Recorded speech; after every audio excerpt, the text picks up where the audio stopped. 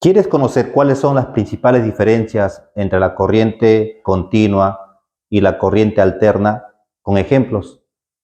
Suscríbete y mira este video.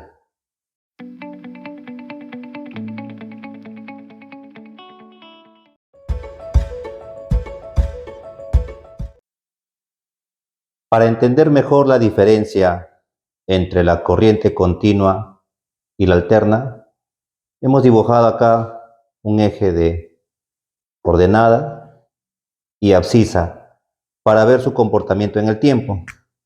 Aquí en este lado tendremos la tensión o voltaje y aquí estará el tiempo en segundos. Encontramos corriente continua en baterías, pilas, los dínamos, que son los que generan la corriente alterna, o también las celdas fotovoltaicas o paneles solares. Si yo cuento con una batería de 12 voltios, entonces su polaridad en el tiempo va a ser constante, aquí los 12 voltios. Idealmente hablando, en un lado del borne tengo positivo y en el otro lado negativo. Eso no va a cambiar.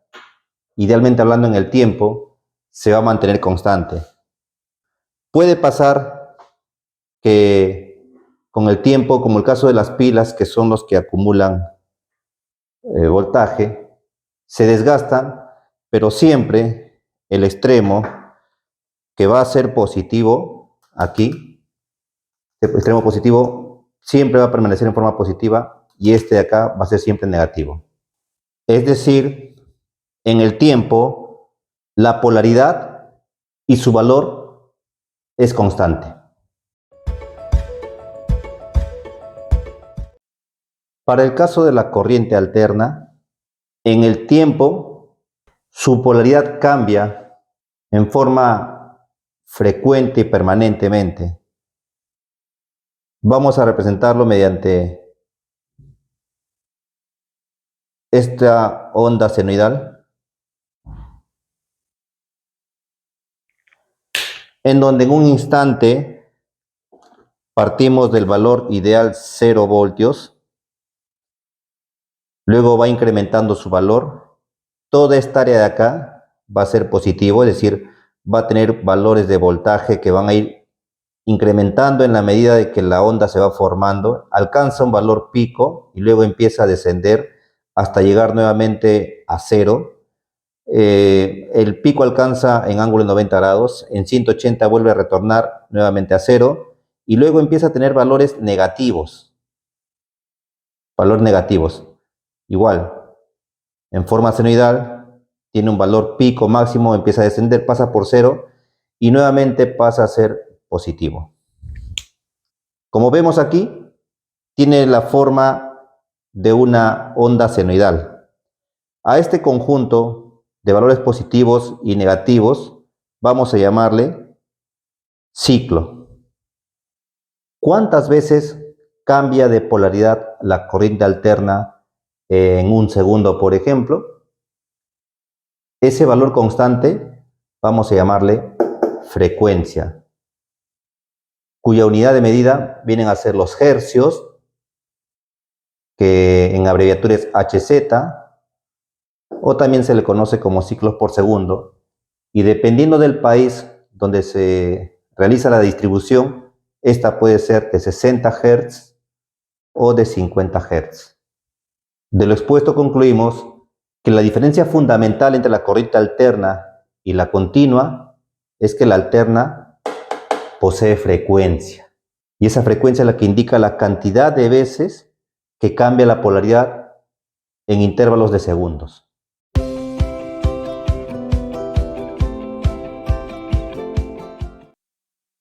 ¿Te has puesto a pensar por qué, si en nuestros hogares los televisores, las lámparas LED, los celulares funcionan con corriente continua, por qué las empresas de distribución nos distribuyen o suministran energía en corriente alterna?